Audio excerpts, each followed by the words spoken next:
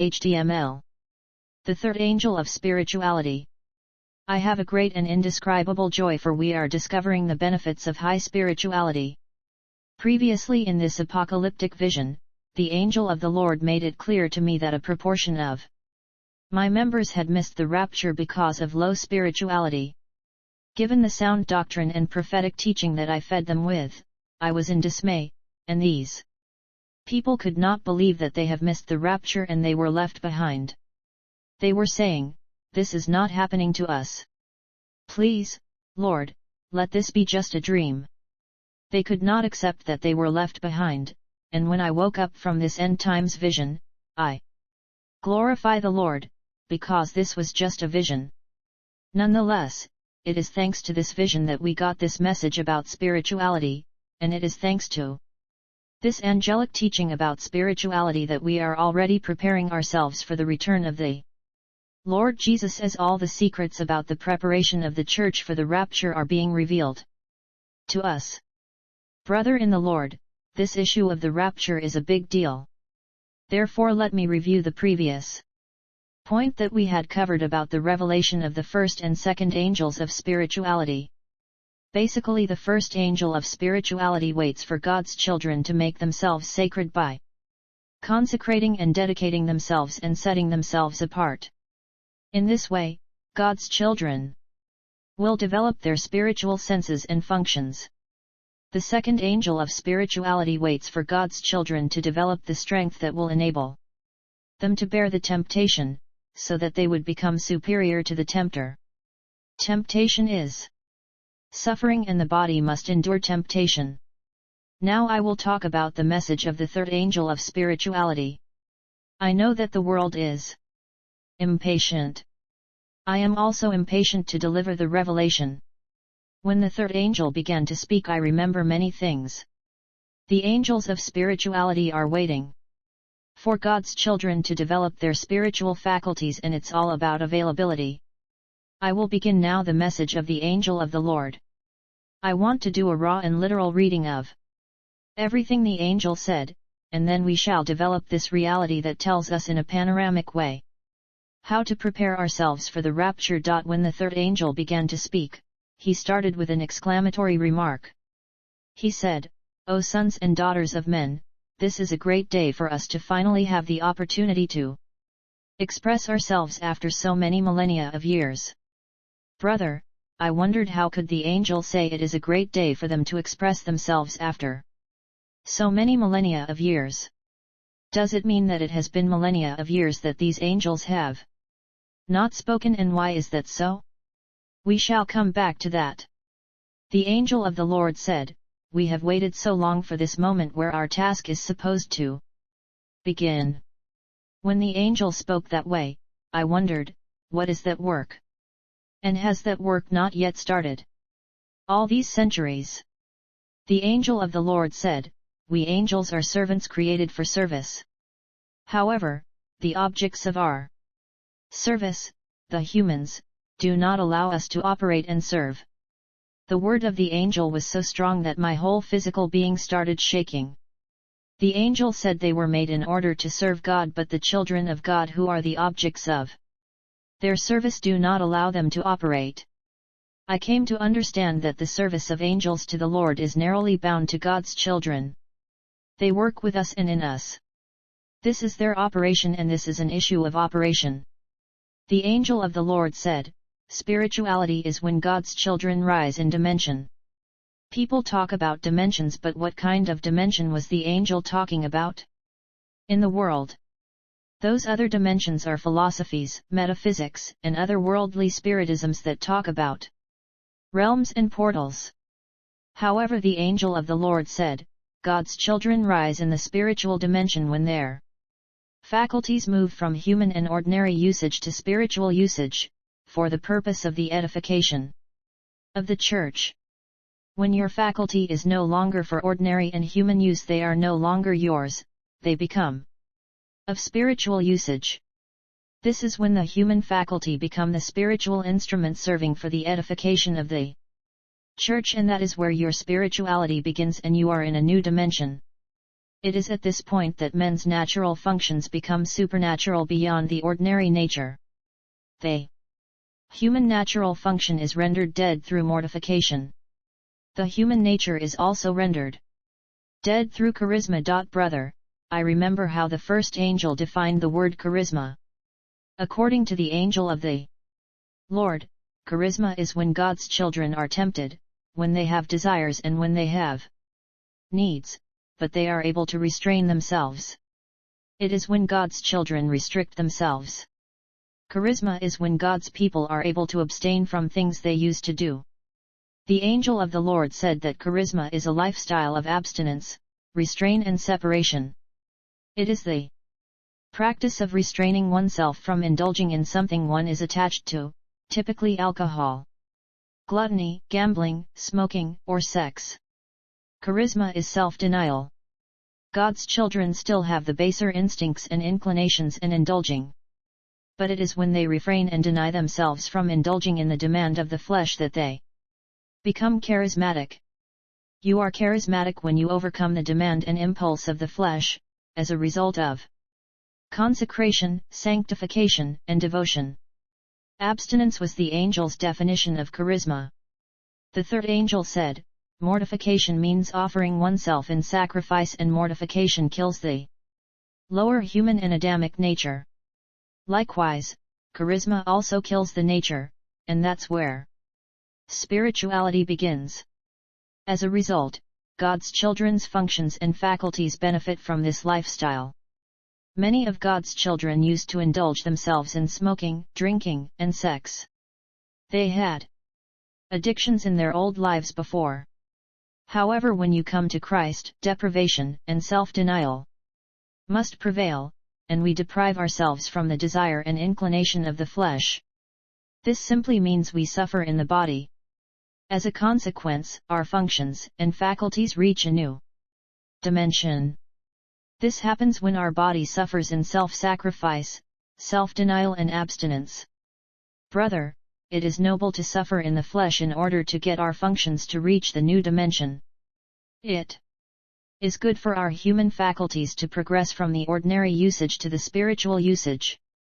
We got to choose between our gratifying our desires and remain ordinary and mundane, or crucifying our desires so that our functions can reach a new dimension of spirituality. We either get the body to suffer through abstinence and consecration to reach the new dimension of spirituality and become sacred, or we indulge ourselves in the addiction and desire of the flesh and remain carnal and ordinary. The Lord wants our functions to become spiritual for the edification of the church. The Lord wants us to reach a new dimension through the mortification of the flesh and abstinence, so that He can use our functions. The functions of God's children must leave ordinary usage to spiritual usage for the edification of the church. The spiritual man is the man who edifies God's children, and in order to be able to edify God's children, you got to reach the new dimension by sharpening your function through mortification of the flesh and suffering.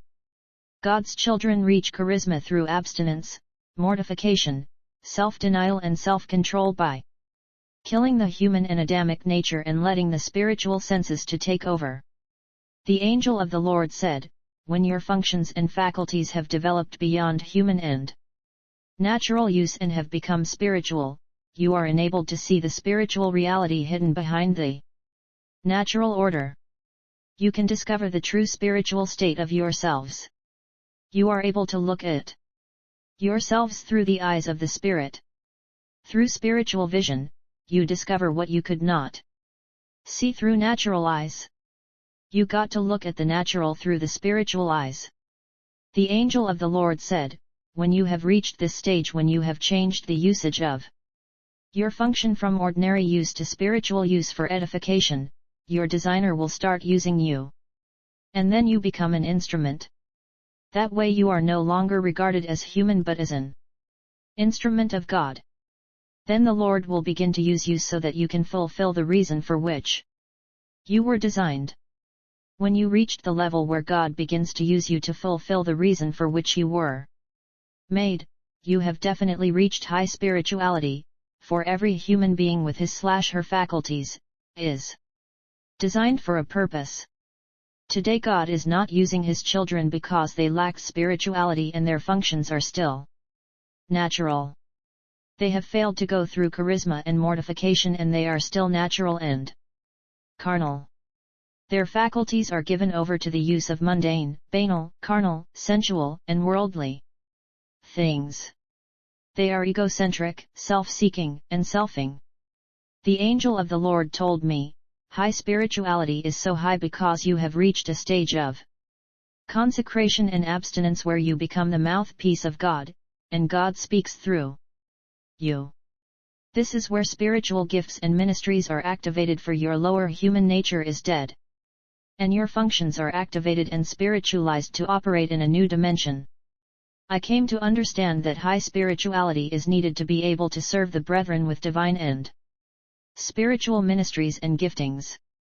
Brother and sisters, when you mortify your human and Adamic nature and when you practice abstinence, you rise in the spiritual and new Adamic, Christ's nature, dimension, and God will begin to use you in ministries and giftings. Thanks to this angelic visitation, I came to understand why today we do not have many ministries and giftings of the Spirit that are authentic. It is because the so-called holders of the ministries and giftings are failing to understand that we got to come out of the natural and the ordinary, and we got to become charismaticized, spiritualized, and divinized in our functions, faculties, and senses. You cannot claim to be in the ministry while indulging in the desires of the flesh and addiction. This means that spirituality is not there, for high spirituality is a result of mortification and abstinence.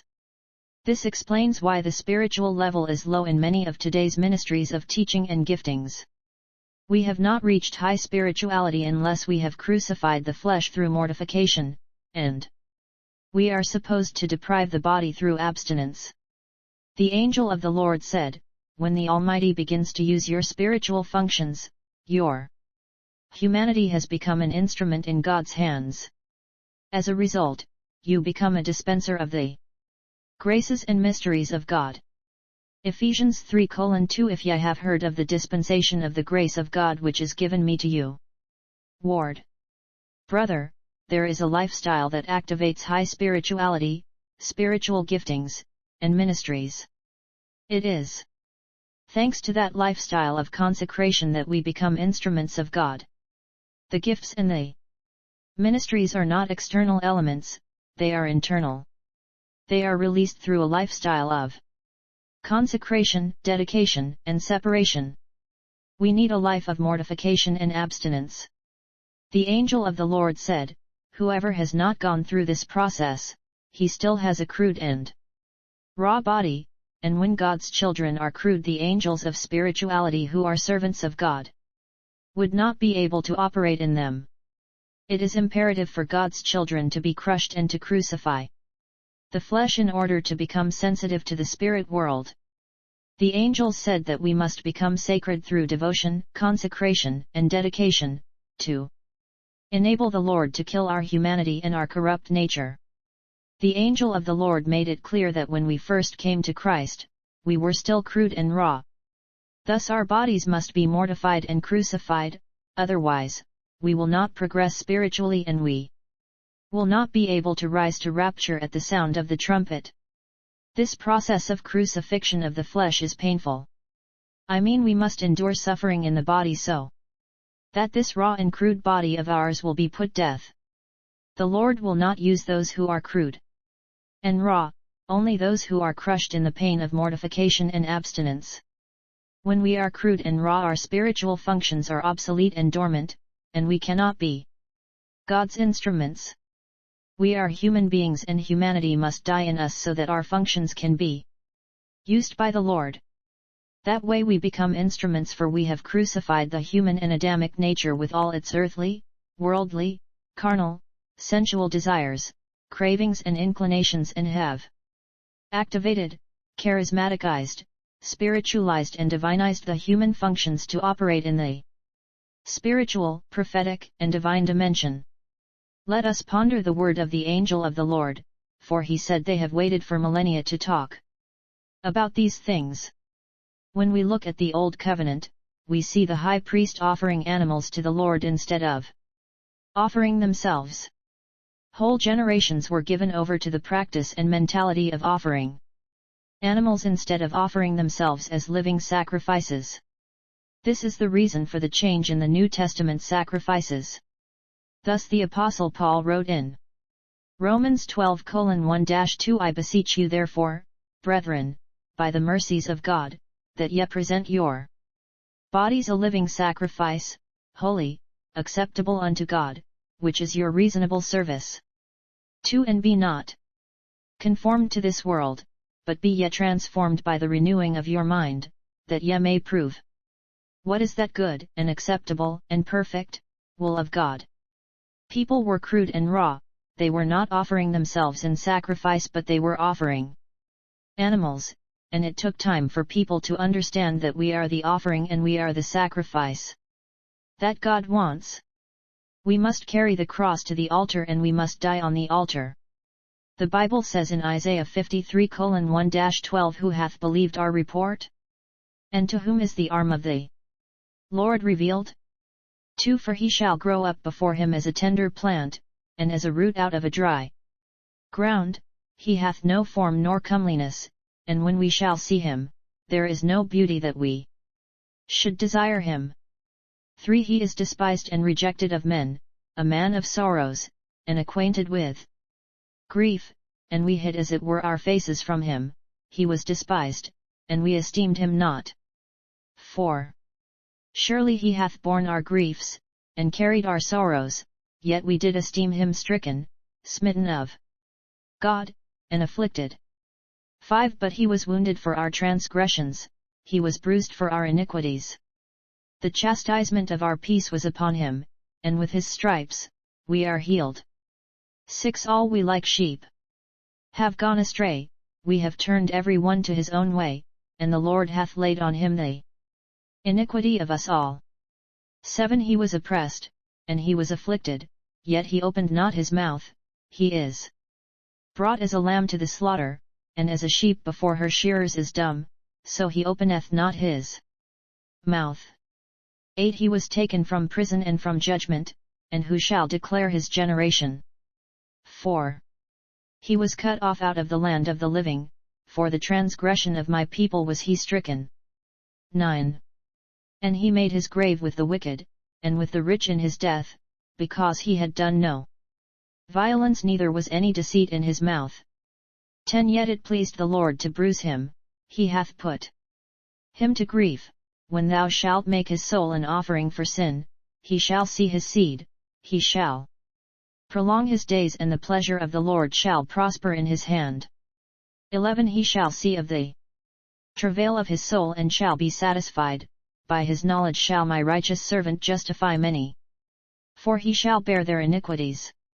12 Therefore will I divide him a portion with the great, and he shall divide the spoil with the strong, because he hath poured out his soul unto death, and he was numbered with the transgressors, and he bare the sin of many, and made intercession for the transgressors.